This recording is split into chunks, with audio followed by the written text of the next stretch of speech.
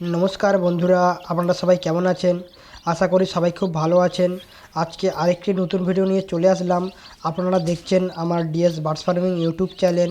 আমাদের এই চ্যানেলে আপনি যদি নতুন হয়ে থাকেন তাহলে আমাদের চ্যানেলটিকে সাবস্ক্রাইব করে বেল নোটিফিকেশানটি অন করে দেবেন এরকম নতুন নতুন ভিডিও পেতে। এবং আমি যখন নতুন কোনো ভিডিও ছাড়বো সবার প্রথমে নোটিফিকেশানটি আপনার কাছে পৌঁছে যায়, আর আপনি এই ভিডিও দেখে কিছু উপকৃত হতে পারেন।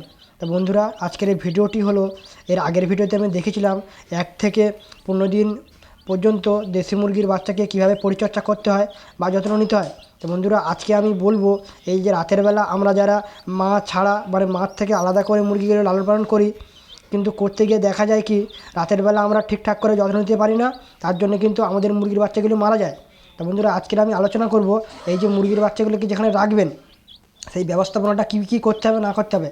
তো বন্ধুরা, দেখতে পাচ্ছেন এটা কিন্তু একটা চটের বস্তা। আমাদেরকে এই চটের বস্তাটা নিতে হবে, কারণ এই চটের বস্তা কিন্তু গরম হয়।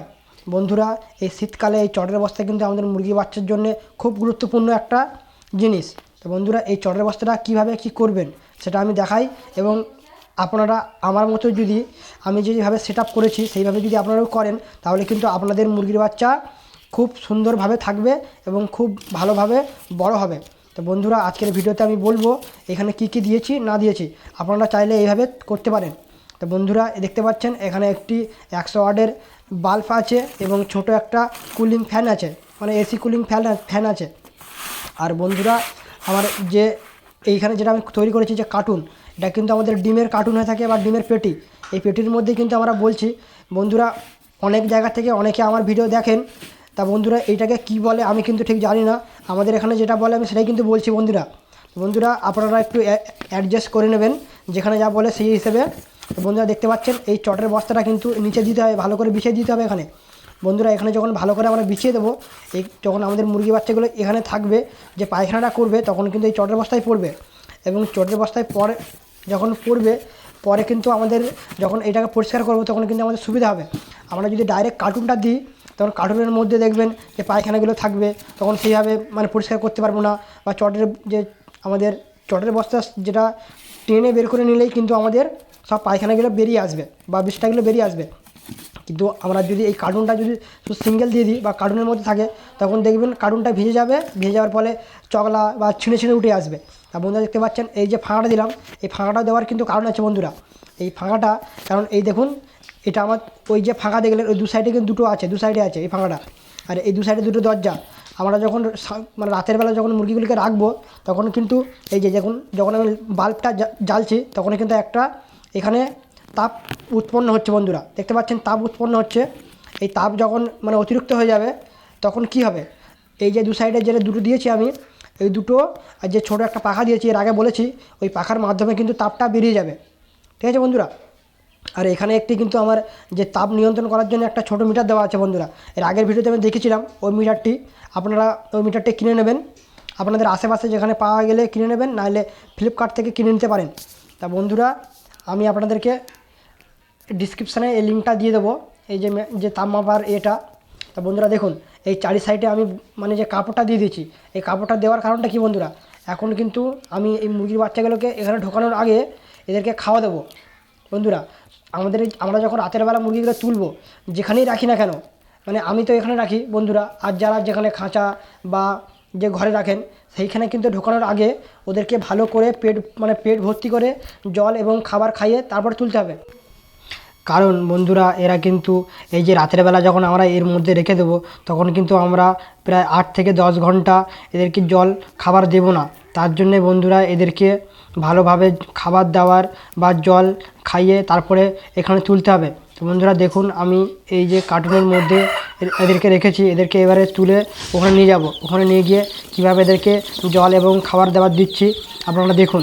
আপনারাও এইভাবে যদি আপনাদের মুরগির বাচ্চাগুলিকে লালন পালন করেন তাহলে কিন্তু আশা করি এক পিস মুরগির বাচ্চাও মরবে না এবং পুরো সুস্থ সবলভাবে আপনাদের মুরগির বাচ্চাগুলো বড় হবে। তা বন্ধুরা, এই যে যখন আমরা খাবার দেব তখন কিভাবে এই মুরগিকে খাবার দেব বন্ধুরা, এই যে বস্তার উপরে কিন্তু আমরা খাবারটি দেবো না, কারণ বন্ধুরা এই যে চটের বস্তা কিন্তু ছোট ছোট ফুটো হয়। তা বন্ধুরা, আমরা যখন এখানে ম্যাশ বা ফিডটা দেব তখন কিন্তু দেখবেন যে গুঁড়ো যেগুলো মানে যে গুঁড়ো ফিড বা গুঁড়ো ম্যাশটি সেটা কিন্তু নিচে পড়ে যাবে, তখন কিন্তু এই মুরগিগুলো খেতে পারবে না বা খাবে না, তাহলে আমাদের ওগুলো কিন্তু নষ্ট হয়ে যাবে। তার জন্য বন্ধুরা আমাদেরকে এই যে মাটিতে দিতে হবে। তা বন্ধুরা আমি দিচ্ছি, দেখুন আপনারাও এইভাবে দেবেন। আর মাটিতে দেওয়ার কয়েকটি কারণ আছে বন্ধুরা। আমরা যখন এই যে মুরগির বাচ্চাকে যখন খাবার পাত্রে খাবার দিই, তখন কিন্তু খাবার পাত্রগুলো ছোটো ছোটো হয়, তখন কিন্তু একসঙ্গে সব মুরগি খেতে পারে না। তার জন্যই বন্ধুরা এটা কিন্তু করতে হবে। কারণটা কি, যখন আমরা এই মাটিতে ছড়িয়ে দেবো তখন কিন্তু দেখুন একসাথে সব মুরগিগুলো খেতে পারবে। তা আমি দিচ্ছি, দেখুন বন্ধুরা, একসাথে আমার 22 পিস যে মুরগির বাচ্চা সব একসাথে কিন্তু খাচ্ছে। আর যদি খাবার পাত্রে দিই তখন কিন্তু বন্ধুরা একসাথে 5 থেকে 6টা মুরগি খেতে পারবে। তখন কিন্তু যারা আগে খাবে তারা কিন্তু বেশি করে খেয়ে নেবে, এবং যারা লাস্টে খাবে তারা কিন্তু হয়তো পেট ভর্তি না হতেও পারে।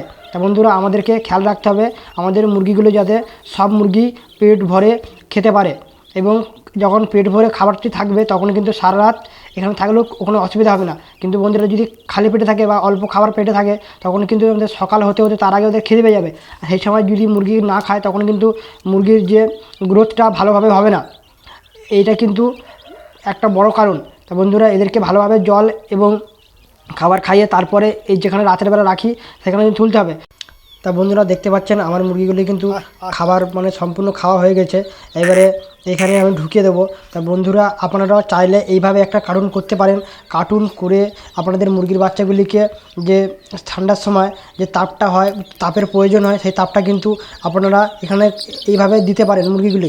তখন যখন বন্ধুরা এই শীতকালে এই তাপটা যখন ঠিক থাকবে তখনই কিন্তু আমাদের মুরগির বাচ্চাগুলির শরীর ঠিক থাকবে, এবং মুরগির বাচ্চাগুলো যে রোগ আক্রমণ করবে না। কারণ বন্ধুরা আমাদের এই শীতকালে মুরগি বা মুরগির বাচ্চার এই তাপ নিয়ন্ত্রণের কারণেই কিন্তু আমাদের মুরগিগুলির রোগ বা অসুখ হয়।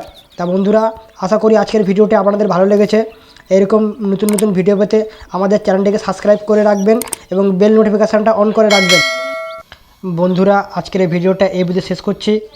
আরও অন্য কোনো ভিডিওতে বন্ধুরা দেখা হবে। আর পুরো ভিডিওটি দেখার জন্য আপনাকে অসংখ্য ধন্যবাদ।